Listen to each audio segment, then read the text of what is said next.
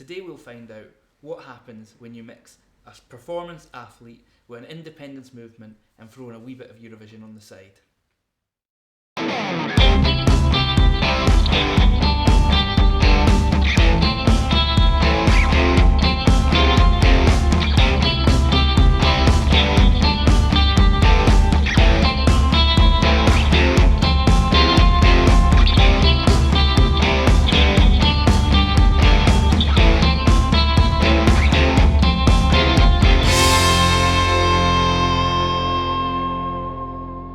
Welcome to the Yes in the City show. I'm Naz. I'm Cammy. Today we're going to be joined by Councillor Stefan Hoggan-Radu, who's going to be joining us to talk about the work he's been doing with his anti-bullying campaigns and also his journey through the independence movement. So we have our friend joining us today, retired para-athlete and now political activist, who's been named multiple times on the Power 100 list as one of the most influential disabled people in the UK. We're joined by Stefan. Hi, how are you? Hello, thank you. Yeah, thanks for having me. No, very welcome. It's good to see you today. It's good to have you here. So Stefan, I'm going to start by asking the toughest question of the day. Oh no. And that is, were Finland robbed at the Eurovision contest? Yes, it was a complete rob. Loreen is amazing for Sweden, but yeah, Cha-Cha-Cha had it for me. How good was that? I'm not sure if you saw it. No, I didn't. I was out. It's been stuck in my head. Although, having said that, Sweden are hosting next year now because they've won, and conveniently it's the 50th anniversary next year of ABBA with Waterloo winning it, so right. I think it's only right that Sweden get to host it, and we can only hope for an ABBA reunion. Definitely. Great. Always a good thing. I mean, it sounds like quite a random question, but the reason that I wanted to ask it is obviously Eurovision is known for being an incredibly inclusive contest. Mm-hmm. And I wanted to ask you whether or not you see any similarities between Eurovision and the inclusivity of Eurovision and the inclusivity of the Yes movement. Yeah, no, I think it is. The similarities are definitely there. I think Eurovision brings together the whole of Europe, if not the world, with Australia randomly being in the Eurovision. But also we've seen last night that the world vote on Eurovision as well, so the rest of the world could also vote for the countries. And I think that Scotland and the Yes movement, we have international support. Like, other countries recognise that Scotland should be an independent country, that we are in a way colonised by England. We just happen to have the unfortunate land connection, so it's much harder for a country like Scotland to become independent because we're connected to the rest of the UK. But I think that the Yes movement is extremely inclusive. There is Yes groups for everybody, any minority that you can think of. The Yes movement is there. Like all families, there is obviously some arguments that go on, but that's healthy. We don't want the Yes movement to be a dictatorship. We want it to be a body of water that can change and that can look forward to what an independent Scotland will look like.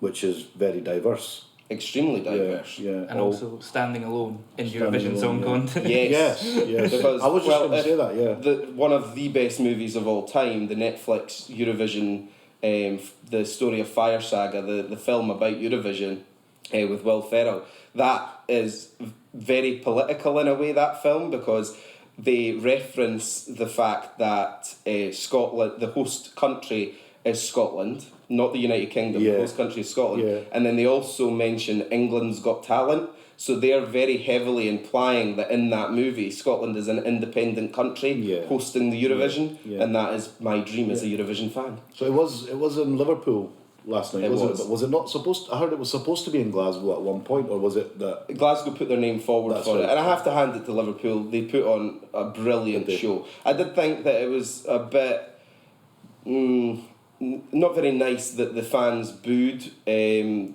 Liverpool when the UK got such few votes this time. Did they? But that's just how it is. And I think that Eurovision shows the best of what Europe has to offer, and the fact that we still don't let Russia compete is correct, and we should be proud that the UK did host it and stood up against Putin. Sorry, you texted me Cameron texted me last night, and I think it was quite a sad thing.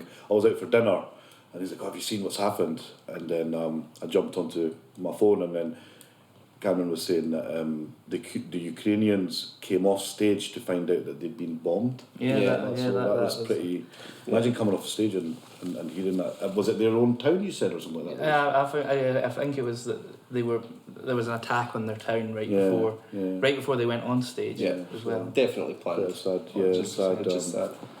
sad situation. But I've heard as well. I don't know if it's conspiracy. Not that we'd get involved in other countries' politics, but I've heard Liverpool's quite an interesting place. And I've been there. Obviously, I know that a lot of Irish migrants came over Liverpool, and they were based there.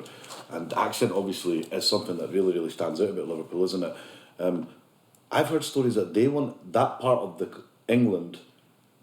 They actually support the Yes movement, and they themselves have even spoke about. I don't know if you've heard this about somehow being their own region as well. Yeah, well, you saw it with there was a Liverpool game a few weeks ago where they booed. It was after the King's coronation actually, but they booed the national anthem, or England's national anthem. Did they? Yeah, there is a strong disconnect. It seems from the outside. That's me making. But it makes sense because we're in a situation where the Westminster system is broken, and it doesn't matter how many times Westminster Tories or Labour. Not that there's very much difference between them now down south. They're in a situation where they're talking about making the England fairer and spreading the wealth. It's all tokenistic because the amounts of money that they're talking about for the northeast, especially of England, is pennies compared to what London gets. And they're still London centric. If they wanted, there's so much more they could do if they were serious about levelling up. The disconnect part, I think, is spot on. There's definitely a north-south divide as well, isn't there? So no, I mean we can relate to that disconnect because we're obviously, what is it? We've never voted in a Tory government for decades here, so no, we can totally. Yeah, we also didn't get levelling up funding for from that. Yeah, but beautiful city, Liverpool. Lots of culture, heritage, music. Don't know about the football, but we'll leave that one alone. So going on, mentioning sport there. We said at the start, you were a very successful swimmer and triathlete, and I was looking at some of your photos earlier, and I thought, wow, you look very different back then. But you competed all over the world. You came 6th in the world at the Detroit ITU in 2015. So, and I believe that now you're coaching children as well. So, I mean, amazing. Do you want to tell us a little bit about your previous sporting excellence?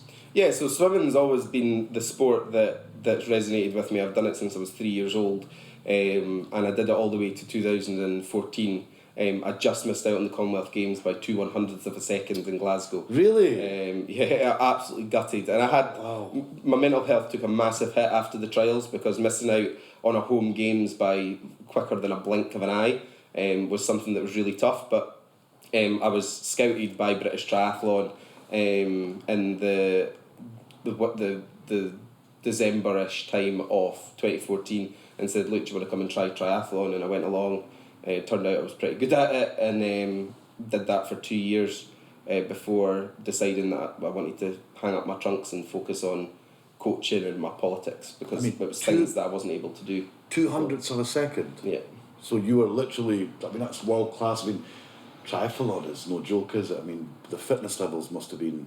Yeah. Well, you referenced there that I don't look how I look. Well, I just meant the beard. I'm trying not to take offence to the fact that I don't look as slim as I did back then. But no, in my defence, it was the beard. I know. It was the beard. Yeah, I do look very different, but I've now got a coach's body instead of an athlete's body. So sports helps with mental health, doesn't it? In terms of like.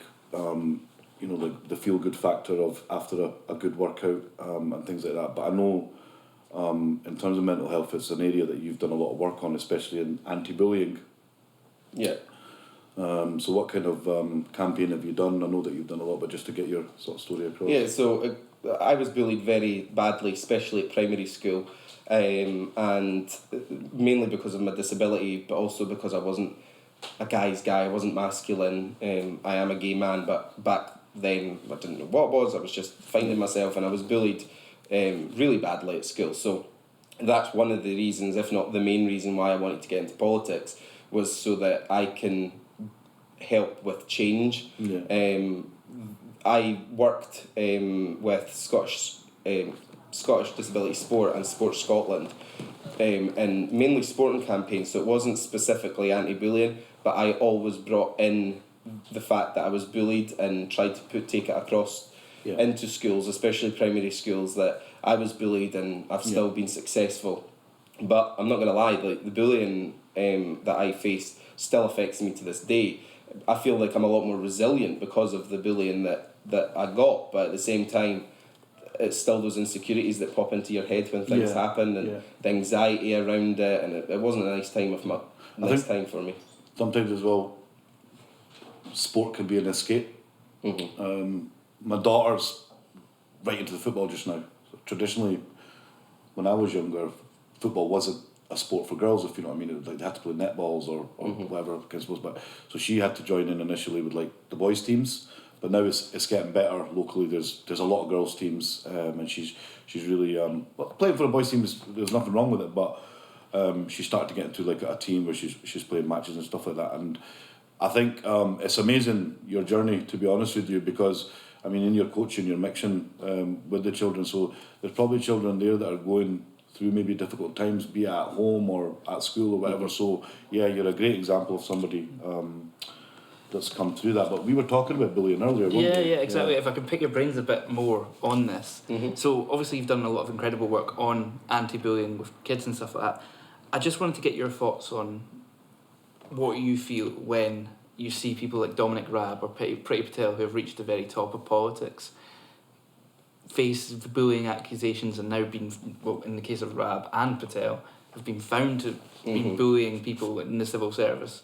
So what are your emotions when you see things like that? It's disgusting, and for me, bullying is something that you do if you are insecure. And I know a lot of bullies, especially at school, they have their own things going on. They have a lot of issues themselves, not all the time, but a lot of the time.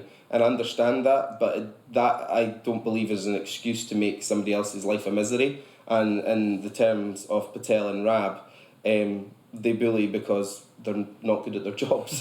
They aren't good at their jobs, they weren't good at their jobs, and they are now in a situation where they are being investigated, being found guilty of bullying staff members. Now that's not going to get you anywhere. If the first thing you learn when you are doing team management is that you need to galvanise support, and the only way you do that is by respect, and that's what we need to take into schools, and that's what we need more of in our politics. What do you think it is? Do you think they?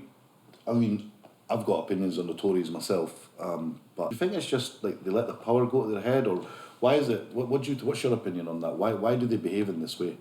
I think you've hit the nail on the head there. It's complete power. The majority, especially Tories, although looking at the Labour Party and even the Lib Dems as well, they have never been in a situation where they've had to deal with something that money couldn't get it out, couldn't solve their problem, or they can't just go and run to mummy or daddy, or they're more powerful people in their party. That's what's wrong with Westminster, is there's no respect. Out of touch. And as somebody who's worked in Westminster and been around Holyrood a lot, and I've been around MSPs and in the council, Westminster is a toxic place. You can just feel the atmosphere, and it's just not a nice place to be. And yeah, it's just... Yeah. It needs to be sorted, and it all comes down to respect. Yeah, I think a lot of it as well is like, we spoke before the show about COVID and the effects that's had, but if you cast your mind back to like 2019, when there was that general election, that was fought on the sort of Brexit battlegrounds that existed, and so you already had this sort of highly charged environment where people they hate each other, they're very tribal, and then you fast forward to a lot of them, like Lee Anderson for example, they get elected. And then fast forward, 3 months after, or however many months it was after they got elected, COVID hit, and they're all now online, and so they've never had a chance for this sort of anger and resentment from one another to dissipate, and like for them to work together. And so all of a sudden you've got this, where they all hate each other, and they're all potentially out to bully one another, bully staff members. In the case of Raab, for example, I think he's still not letting go of the fact that he firmly believes that it's the civil service's fault that he bullied them. It's denial. There's a lot of denial. I felt like Priti Patel, when she went through it, she was just in complete denial about it. And well, when she went through it, the guy who wrote the report on Priti Patel, he was the one that ended up going, not her. This was under the Johnston era, though. But you've nailed it on the Johnston era, because they were nigh on criminal, weren't they? With the parties, they were having the lockdown parties and lies. It's kind of like it's one rule for them and one rule for everybody else. Stefan, like, I mean, not to digress too much, but. Just some of the similarities. He lied so much at that time about the parties. But that's what really bugs me about Sunak as well. He was fined as well. Boris Johnson was kicked out of office for lying and getting fined for going to a party. He was kicked out of office. He was forced out. Sunak didn't do anything different. Sunak did exactly the same thing. He lied. He went to parties. He was fined. But the Tories are like, oh, but it's a new face, so it doesn't matter. And on the civil servants, they do a lot of work. I know with ourselves being councillors as well, obviously myself on my first time, because I actually didn't realise how much council officers do. They've got a lot on their plate, and obviously civil servants are in Westminster or maybe on that level. But when they were doing the parties, it was like the excuse with the parties was to give themselves a pat on the back. But what about all the civil servants that were working away at the time as well? And then now we hear the stuff about the bullying and stuff like that come out. So and what about all the people that couldn't go to their families' and friends' funerals? What about the people that had to get married with masks on? It's just there's just no respect, and it's the fact that they think they're superior to everybody else. So, just power hungry. So, power hungry. Yeah. So you had a... Well, as I mean, speaking of being, this could be directed at both of you, but I think you should direct that stuff from.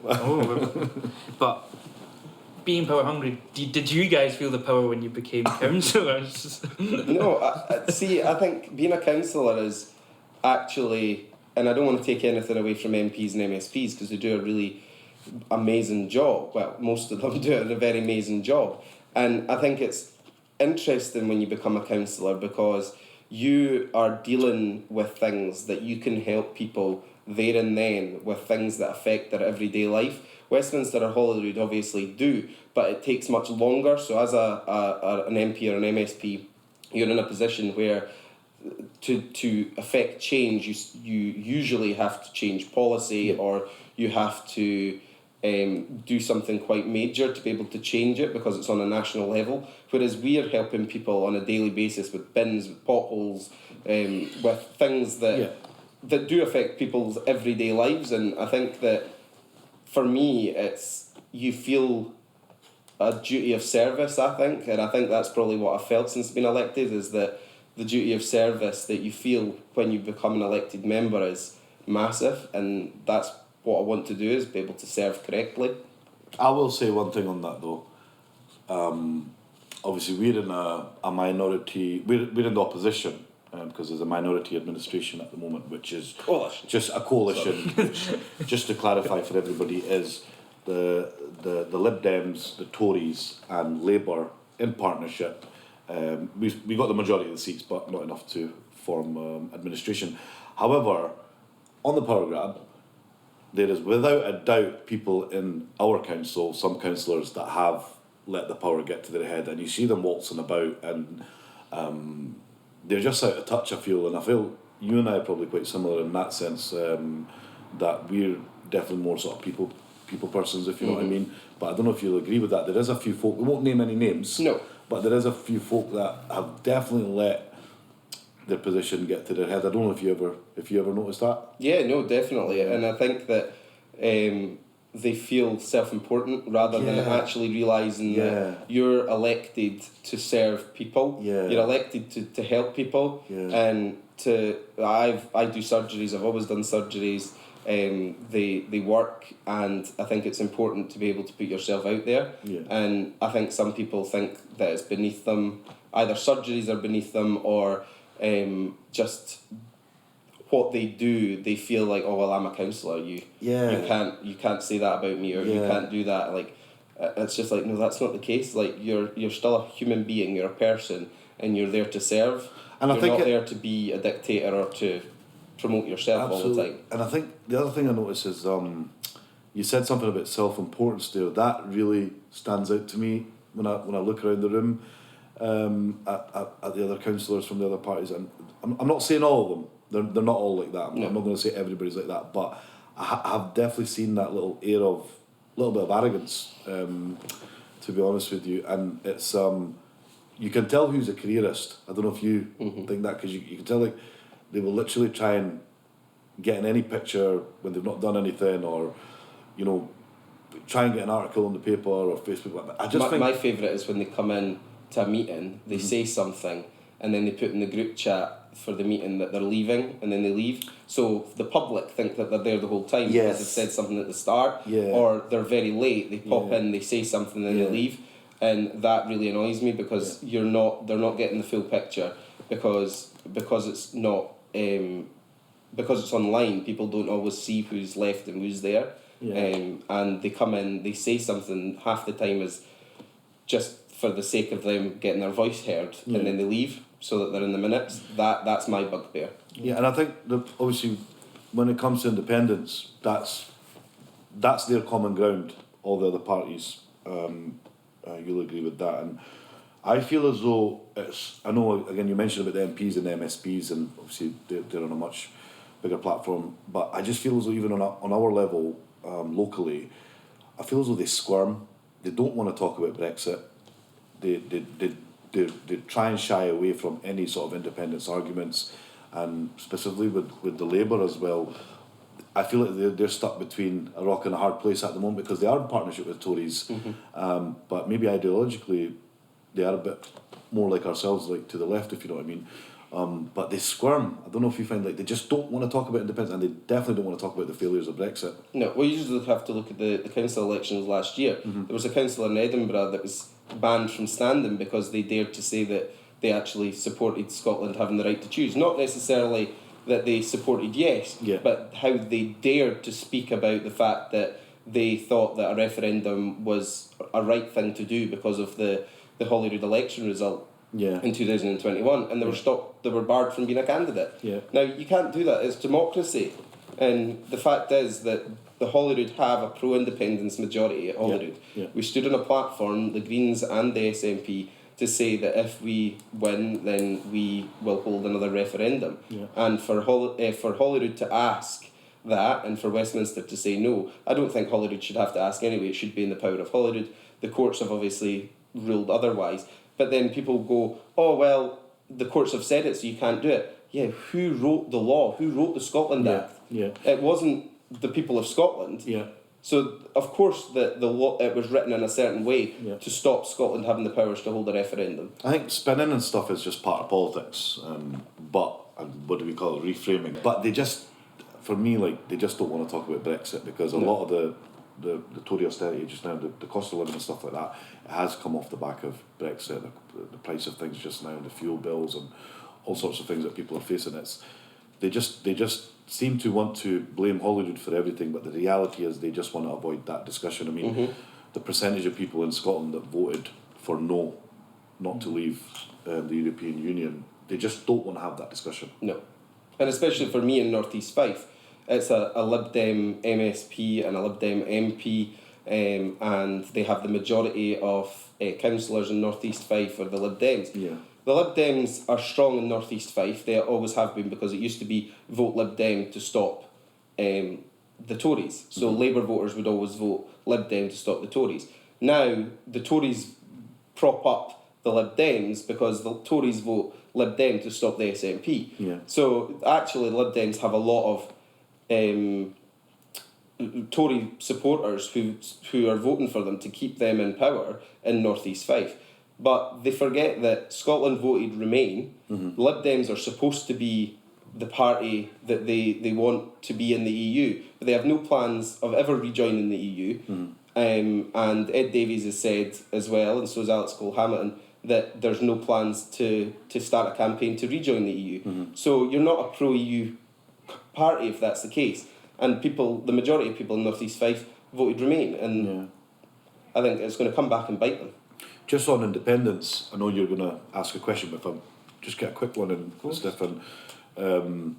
Obviously, across the board, be it on the councillor level, activist level, or MPs and MSPs, like myself, there are children of immigrants in every party.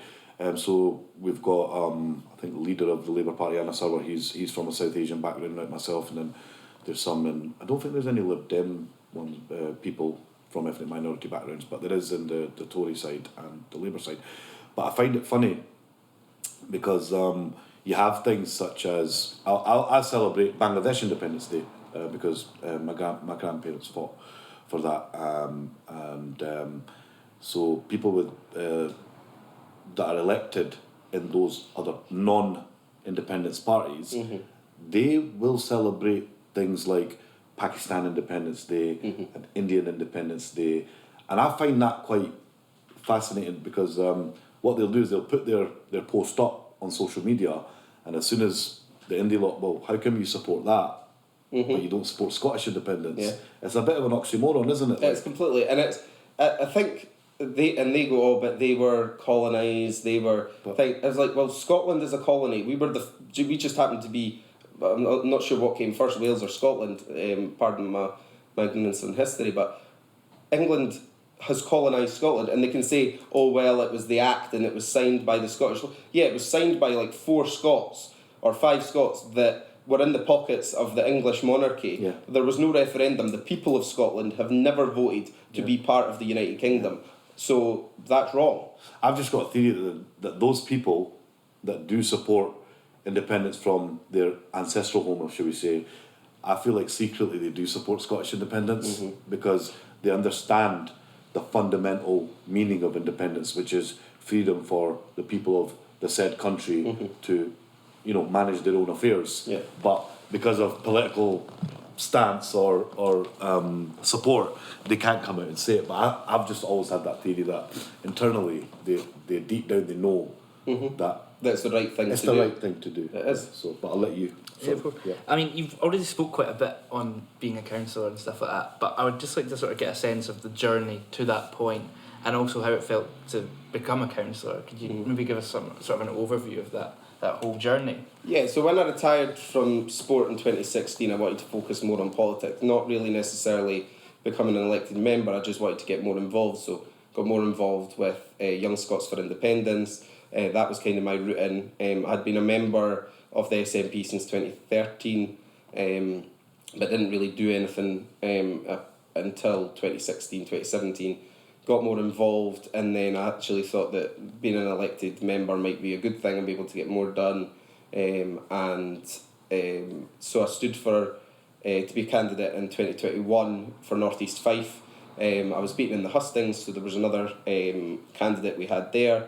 But I was lucky enough because I am disabled. I was also lucky enough to be number 1 on the list for Mid Scotland and Fife, so I did stand for election in the 2021 election. Just missed out on getting that place. It was very close, but just missed out. Why did you mention you were disabled? Did that have a factor in it? Yeah, so the list seats in Scotland with the highest amount of BAME people were the number 1 person on the list from the SNP had to be BAME, and then for the other 3 areas it had to be somebody from with a disability, either physical or learning disability or sensory disability. And we were actually successful because Emma Roddick, in the Highlands was elected, and she was a disabled candidate. So it was good that we managed to get it, and it was a way of trying to diversify the party, the people that were elected within the party, because we are a very diverse party, but it wasn't showing as much as we want it to be at the top level. So then you obviously stood for election last year. And then I decided that I was really keen to do council because I felt like I could do quite a lot with council. Decided that, well, I'm from North East Fife, I'm from Auchtermuchty, and I thought, right, I'm going to stand in Cupar because that's kind of the town that I lived the most in, and went to school, to Belbaster High School, and stood for election. Was very lucky that we had the biggest vote that the SNP's ever had in that ward, and I was elected on the first count. Did you not get quite a lot of votes? Did you get quite a high number, did you not? I can't remember off the top of my head how many it was, but it was the second highest in North East Fife. Aye, I SNP remember. votes. I remember being at the count, and I think Yeah. you walked it. Well, not obviously you didn't walk it. It wasn't easy, but I'm saying I think you got like a huge difference across the line Yeah. before it going to any other count, which was really good, and the first time that's happened. But we were lucky in North East. Well, not lucky. We worked very hard in North East Fife, and all 5 candidates crossed the line on the first count. It never went to a second count, so that Really? just showed you how strong the SNP vote is. I didn't know that. Yeah. You all walked it in the first count. In the first round, and I had to wait at the count on that Friday. Although I'm Ward 20 and there's 24 wards, 22 wards, I ended up being the very last count because the way that it worked out. So they started with 1 and worked their way up, but for some reason 21 and 22 got counted Last. first, so I ended up being last. So everybody's hanging about waiting on to see if I've been elected, and I'm like standing there seeing all my colleagues doing really, really well, and then thankfully I had done well as well. So. Yeah, brilliant. It was good. It was a good day. I wasn't there that long. I was one of the first ones, obviously. But I remember you were away celebrating. No, I ran away. I went to the mosque because I thought I was going to go and catch my prayers. But I did stay for a few more of the results coming in and stuff like that. It was a good day. We got. It was a very. It was the most seats we'd ever won. Best in Fife election, Council, isn't it? Best election result for the SNP in Fife. Most councils, most councillors ever elected. Most votes that we've ever had in a council election. Labour had their worst. Least amount of councillors and least amount of votes they've ever had in Fife Council's history, and they managed to form a minority because the Lib Dems and Tories backed them up. Suspicious. Tells you everything, doesn't it? You know. Yeah. I mean, what is it like to sort of try and channel independence through being councillor? Because obviously you spoke about the local issues that matter, and sometimes they're the issues that matter the most to people. But how do you find it being like trying to push independence through that sort of local level? Is it a challenge? Is it something that? I wouldn't say it's a challenge, because actually a lot of what independence would give us, the freedoms that independence would give us financially, more than anything, we would be able to do a lot more in local government. And I think people forget that the SNP are not the be-all and end-all of the independence movement. We are the leaders of it because we are the body that's going to achieve us independence in terms of the amount of support that we've managed to galvanise in the last 20 years. We are the movement, we are the party that are going to help it happen. But there's a lot of parties, there's a lot of people, and there's a lot of people that are members of unionist parties that do have sympathies towards the Yes movement. What I try and do is make sure that I'm doing the best that I can do under the powers and the abilities that I have currently, but always make sure that I look at it with a much broader lens and look at it, right, this is what I've done, but what could I have done if we'd been independent? And that's not necessarily a public thing that I'll do and I'll say to people, but it's something that I always do to help with my belief and my understanding of why Scotland should be an independent country. Because I don't believe Scotland should be an independent country because, and I hope nobody cuts that because anybody hears me saying that, but I don't want Scotland to be an independent country because Scotland should just definitely be an independent country. I want Scotland to be an independent country because I want the people of Scotland to make the decisions that affect us. I want Scotland to be in charge of our successes and our failures. I don't want that to be down to a foreign government, and that's what it currently is. Scotland should be an independent country because every place in the world should have the right to decide its own future. No other people in no other country should dictate that. And sorry, if you'll let me, something that I always say to people on the doors, especially when they're adamant no or they're on the fence, is, okay, you've got your house, your neighbour's got their house. And they're like, yeah. Okay, so what if you give your keys, your credit card, your car keys to your neighbour? Why would I do that? Well, just bear with me. Well, okay, so you're only allowed to drive your car when your neighbour says so. You're only allowed to decorate your house the way that your neighbour says so. You're only allowed in your house when your neighbour says so. You're only allowed to do your garden up when your neighbour says so. That's not fair, they'll say, or I'll ask them, is that fair? And they're like, no. I was like, well, what's the difference between that and Scotland and England? No. We could be good neighbours, we could be strong neighbours, we're not anti-English, we're anti-Westminster rule, we're anti the way that we are treated as second-class citizens. That is what we don't want. We want to be able to have our control of our own rights, our own future, and still be good friends with our neighbours and work together with our neighbours for what we jointly across the islands believe is right to do. And I think that kind of example resonates with a lot of people. Yeah, I like what you said about, you know, like, just because every country has its ups and downs, and yeah, we should be responsible for our wins and our losses, failures, and you know, there's a lot of countries around the world that have got economic difficulty, but however, there is a reason they won't let us go. And I always say, it's funny you were saying about the doors, I always say that when people say, oh, we're too wee and you know we don't know what we're doing, I will say the question isn't if Scotland will survive. The real question is, if Scotland leave the Union, will England survive? And that's a serious factor for me to think about. But so, how do you see the future of the movement? Where do you think we're going? How do you think it's going forward where we are now and hopefully to independence? Yeah, so support for independence, even with the issues that the SNP are going through at the moment, it's not the be-all and end-all. Like I was saying earlier, the SNP party is not the be-all and end-all. The movement is healthy. The SNP is actually very healthy, grassroots in terms of voting. If you look at polls, I think the SNP have lost a couple of points in Westminster, a couple of points in Holyrood, and Yes is actually gone up 1 point, I think, with the poll that I've seen. So even with all the issues, it's not hitting home because people realise that it's a bigger picture. Everybody's going to have difficulties, but it's about how we manage that and how we work together to be able to overcome them. And that's what we'll have to do as an independent country. We can't just give up at when things get tough. Like, the next few years might be tough for the Yes movement, but we need to go out there and make sure that we all are firmly in the belief that Scotland should be an independent country and keep going out there every single day doing podcasts like this to make sure that people know that our movement is very much alive and Absolutely. Scotland will be an independent country. Yeah, there's a lot of narrative out there that like you said about the points that it's over for the Yes movement and, you know, all doom and gloom, but as you said, when you speak to people around the country and stuff like that, and folk coming into the hub, I know you're in here all the time, it's not at all, if anything, it's growing, but that's what they like people to believe, isn't it? Scaremongering. It is scaremongering. Yeah. And it doesn't hit the infighting within the Yes campaign that doesn't happen anywhere near the scale that the media would like you to believe.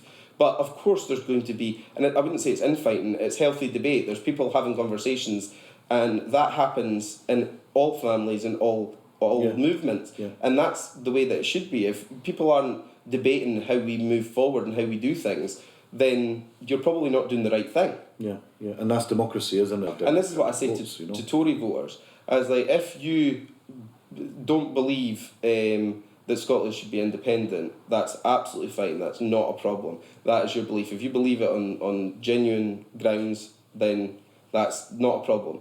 What you can't deny is the fact that Scotland has a mandate to hold a referendum, and that has been proven time and time again. Yeah. And for somebody else to say that we can't have it is wrong, and they shouldn't be saying that Scotland can't have a referendum. Yeah. We have a mandate, it's democracy. Yeah.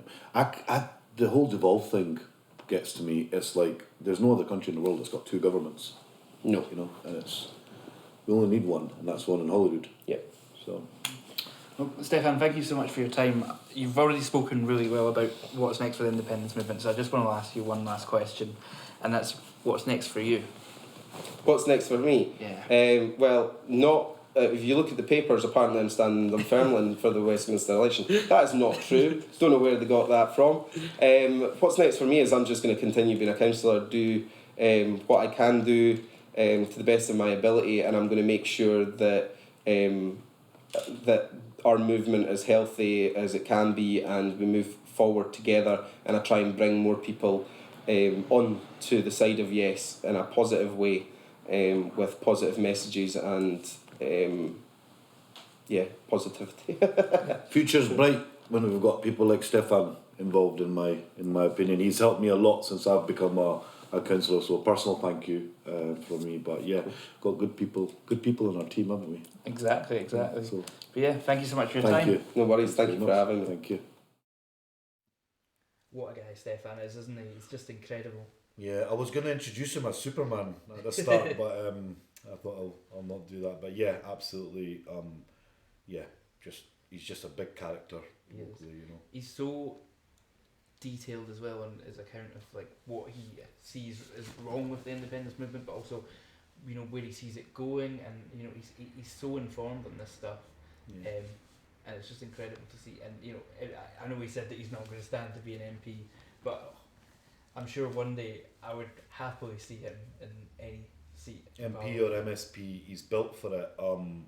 He's an old head on young shoulders, if you know what I mean. He's a bit younger than me, but I mean, when I met him the first time, I picked up really quickly. Yeah, he's very, very smart chap. But yeah, obviously takes life in his stride as well. He's been through a lot of ups and downs that we heard today as well, with the anti-bullying, and then you know the sports side of it. He's a para-athlete, or he was a para-athlete. So yeah, fascinating character. And no matter the ups and downs he's faced, he's always found a way to channel that into whatever he's doing, whether that be politics or sport. But yeah, if you enjoyed today's episode, what should you do, Naz?